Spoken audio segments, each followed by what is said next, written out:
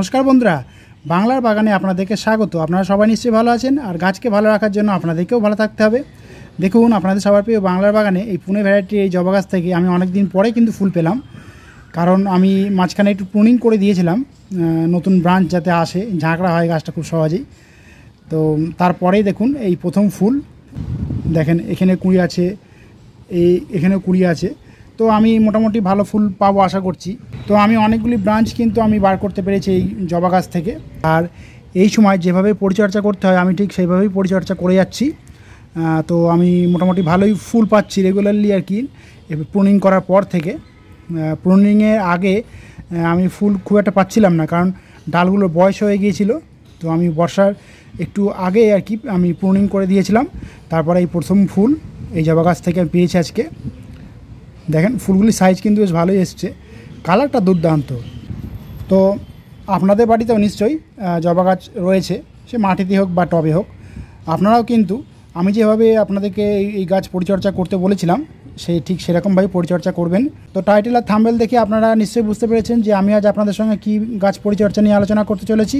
তো তাহলে চলুন সে আলোচনার বিষয়ের দিকে তাহলে এবার যাওয়া যাক। তো দেখুন, মাঝে মধ্যে কিন্তু আকাশ ছোঁয়া মূল্য হয়ে ওঠে এই জিনিসটি, তখন একেবারে লঙ্কা কাণ্ড বাঁধিয়ে দেয়। গাছটিকে দেখে কিন্তু আপনারা নিশ্চয়ই বুঝতে পেরেছেন আজ আমি আপনাদের সঙ্গে কী গাছ পরিচর্যা নিয়ে আলোচনা করতে চলেছি। হ্যাঁ, ঠিকই ধরেছেন, আমি আজ আপনাদের সঙ্গে এই লঙ্কা গাছ পরিচর্যা নিয়ে আলোচনা করতে এসেছি। এবারে দেখবেন আপনাদের বাগানের লঙ্কা খেয়ে কিন্তু আপনাদের চোখে আসবে জল এবং মুখে আসবে হাসি। বছরের যে কোনো সময় কিন্তু এই লঙ্কা গাছ আপনারা আপনাদের বাগানে রোপণ করতে পারেন খুব সহজেই। এই লঙ্কা গাছ নিয়ে অনেক বাগানিরাই আমাকে জানিয়েছেন যে তাদের লঙ্কা গাছে পাতা হলুদ হয়ে ঝরে পড়ছে, তাদের লঙ্কা গাছে কুঁড়ি আসছে না, এবং কুঁড়ি আসলেও সেই কুঁড়িও কিন্তু ঝরে পড়ে যাচ্ছে। আমি আপনাদের সঙ্গে সেই সমস্ত বিষয় নিয়ে কিন্তু আলোচনা করব আজ, তাই বলছি সম্পূর্ণ ভিডিওটি কিন্তু মন দিয়ে দেখুন। এবারে আসি, এই লঙ্কা গাছ আপনারা কেমন ধরনের মাটিতে রোপণ করবেন। যখন আপনারা নার্সারি থেকে বা বাজার থেকে চারা নিয়ে আসবেন তখন কিন্তু এনেই কিন্তু আপনারা কোনো বড় পটে কখনোই রোপণ করবেন না। প্রথমে একটা ছোটো ঠাম পটে বা 2 ইঞ্চি যে খুঁড়ি হয়, খুঁড়ি টব আর কি, সেই খুঁড়ি টবে আপনারা রোপণ করবেন। খুঁড়ি পটে আপনারা কিছুদিন রেখে দিলেন, অন্তত মিনিমাম 10 থেকে 12 দিন। সেই খুঁড়ি পটে রুট বাউন্ড হয়ে ভালোভাবে তৈরি হবে, তারপরে আপনারা 8 ইঞ্চি টবে রোপণ করবেন। তো আপনারা সেই 8 ইঞ্চি টবে যে মাটি তৈরি করবেন, সেই মাটি কেমন ধরনের মাটি তৈরি করে আপনারা রোপণ করবেন এই লঙ্কা গাছ। আপনারা 8 ইঞ্চি টবে অন্তত হাফ টব অর্থাৎ 50% মাটি নেবেন, দোআঁশ মাটি নেবেন অবশ্যই। তার সঙ্গে আপনারা 30% 1 বছরের পুরনো ভার্মি কম্পোস্ট বা গোবর সার নেবেন, বা পাতা পচা সারও নিতে পারেন, কোনো অসুবিধা নেই। তার সঙ্গে 20% মতো বালি ভালোভাবে মিশিয়ে নিয়ে আপনারা আপনাদের লঙ্কা গাছ বসানোর জন্য মাটি তৈরি করবেন। আর তার সঙ্গে একটু একটু করে ট্রাইকোডার্মা ভিরিডি, হাড় গুঁড়ো, শিংকুচি, রক্ত সার এগুলো তো অবশ্যই মিশিয়ে নেবেনই আপনারা। দিয়ে আপনারা এই লঙ্কা গাছ আপনারা রোপণ করতে পারেন। আমি যে ধরনের মাটি তৈরি করতে বললাম সেই ধরনের মাটিতে এই লঙ্কা গাছ খুব ভালো হয়। আর এরপরে আসি, লঙ্কা গাছকে কেমনভাবে আপনারা ঝাঁকড়া করবেন। দেখুন, লঙ্কা গাছকে ঝাঁকড়া করতে হলে প্রথমেই একটা কাজ আপনাদেরকে করতে হবে। সেই কাজটি হলো, দেখেন আমার এখানে লঙ্কা গাছ কিন্তু কোনো টবে বসানো নেই, গ্রো ব্যাগে বসানো রয়েছে, দেখেছেন। লঙ্কা গাছকে ঝাঁকড়া করতে হলে প্রথমেই যে কাজটি আপনারা করবেন সেটা হলো এরকম, আপনারা লঙ্কা গাছ যেই এরকম বড়ো হয়ে যাবে আপনারা এরকম পিঞ্চিং করে দেবেন। তাহলে দেখবেন এই যে 4টি পাতা রয়েছে, এই 4টি পাতা থেকে 4টি নতুন নতুন ব্রাঞ্চ ছেড়ে লঙ্কা গাছ কিন্তু খুব সহজেই ঝাঁকড়া হবে।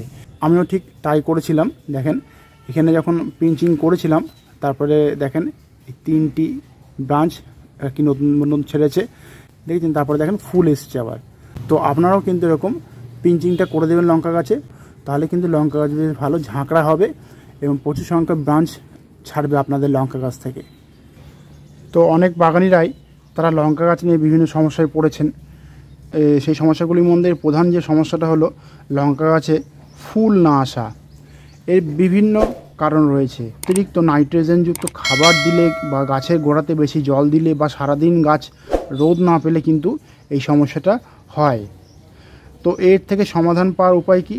এর থেকে সমাধান পাওয়ার উপায় হলো, গাছ যখন ঝাঁকড়া হয়ে উঠবে তখন কিন্তু নাইট্রোজেনযুক্ত খাবার পুরোপুরিভাবে বন্ধ করে দিতে হবে। তখন শুধুমাত্র পটাশ জাতীয় খাবার আপনারা এক্ষেত্রে ইউজ করতে পারেন। আর যারা পটাশ সার ইউজ করতে ইচ্ছুক নন, সম্পূর্ণ জৈবভাবে করতে চান, তারা করবেন কি, কলার খোসা ভেজানোর জল আপনারা 7 দিন অন্তর অন্তর দিয়ে যাবেন গাছের গোড়াতে, তাহলেই কিন্তু হবে। কারণ কলার খোসাতেও কিন্তু পটাশ থাকে প্রচুর পরিমাণে। কলার খোসা ভেজানোর জল থেকেও কিন্তু এই লঙ্কা গাছ পটাশ পেয়ে যাবে এবং দেখবেন ধীরে ধীরে আপনাদের লঙ্কা গাছেও কিন্তু প্রচুর সংখ্যায় কুঁড়ি আসবে। এরপরে যে সমস্যাটি হলো, সেই সমস্যাটা হলো লঙ্কা গাছে ফুল ও পাতা ঝরে পড়া। অনেকের লঙ্কা গাছে সমস্যাটা হয়, শুধু আমার নয়, অনেকের গাছে সমস্যাটা হচ্ছেও আজকাল। দেখবেন আপনারা খেয়াল করে, অনেক যত্ন করে গাছে যখন ফুল আসে তখন দেখবেন অনেকের গাছে কিন্তু এই সমস্যাটা হয়। এর একমাত্র কারণ হলো গাছের গোড়ায় অতিরিক্ত জল জমে যাওয়া। এছাড়াও গোড়ার মাটি শুকনো খটখটে হয়ে গেলেও ফুল এবং পাতাগুলিও কিন্তু ঝরে পড়তে পারে। এই সমস্যাটা কিন্তু হয়ে থাকে এই দুটি কারণের জন্য। এর থেকে সমাধান পাওয়ার উপায় কি? এর থেকে সমাধান পাওয়ার উপায় হলো গাছকে কিন্তু নিয়মিত আমাদেরকে পর্যবেক্ষণে রাখতে হবে এবং সবসময় খেয়াল রাখতে হবে গাছের গোড়ার মাটি যাতে শুকিয়ে খটখটে না হয়ে যায় এবং মাটি অতিরিক্ত ভিজে না থাকে।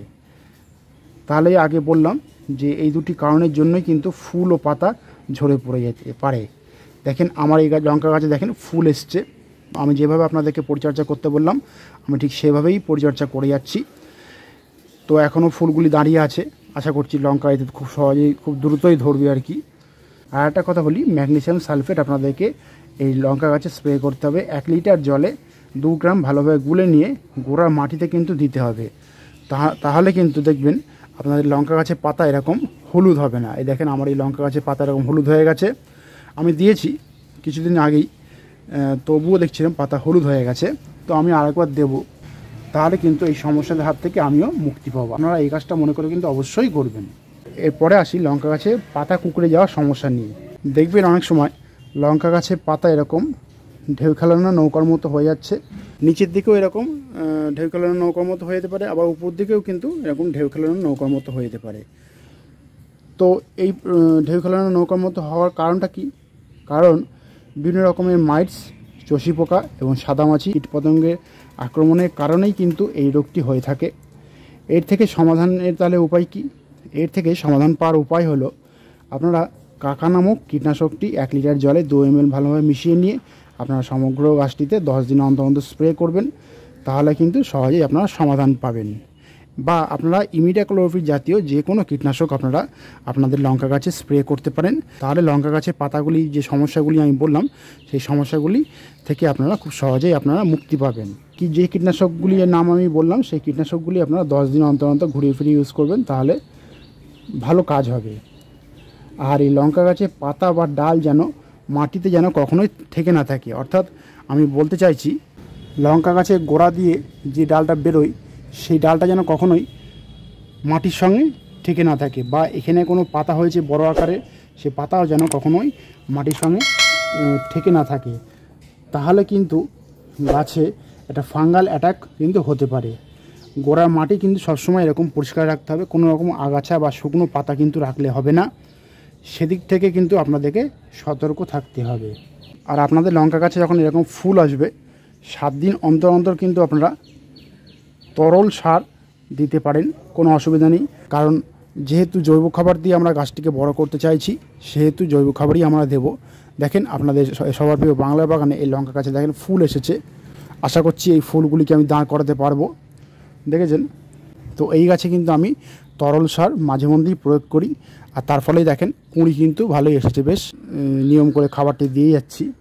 তো যেহেতু আমরা বাড়িতে খাবো সেহেতু আমি জৈব খাবারটাই বেশিরভাগ আমি দিয়ে থাকি, কোনো রাসায়নিক সার আমি সেরকম ইউজ করি না। আর আরেকটা কথা বলি, লঙ্কা যখন গাছ থেকে তোলা হয়ে যাবে তখন এই ডালগুলিকে আপনারা কাটারের সাহায্যে কেটে কেটে দেবেন, একদম নিচ থেকে কাটবেন।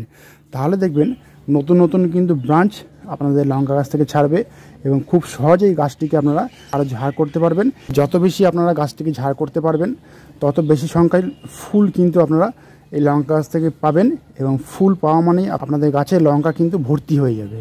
তো তাহলে অবশ্যই কিন্তু আপনারা আপনাদের বাড়িতে এই লঙ্কা গাছ বসান, তাহলে দেখবেন যত লঙ্কা কাণ্ডই হয়ে যাক না কেন বাজারে আপনাদেরকে আর সমস্যায় পড়তে হবে না। তো আমি যেভাবে আপনাদেরকে লঙ্কা গাছ পরিচর্যা করতে বললাম এই সময়, আপনারা কিন্তু ঠিক এই সময় সেইভাবেই লঙ্কা গাছ পরিচর্যা করে যাবেন।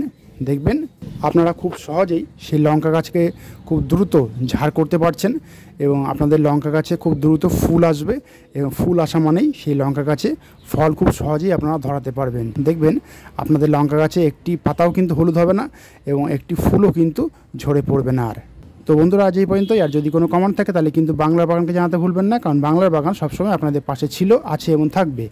আর আমার এই ভিডিওটি যদি আপনাদের ভালো লাগে তবে লাইক করবেন, গাছপ্রেমী বন্ধুদের মধ্যে শেয়ার করবেন এবং আমার চ্যানেলটিকে সাবস্ক্রাইব করে বেল আইকনটিকে প্রেস করে অল নোটিফিকেশনটিকে প্রেস করে রাখবেন, যাতে নিত্য নতুন ভিডিওগুলি আপনাদের কাছে খুব সহজেই পৌঁছে যেতে পারে।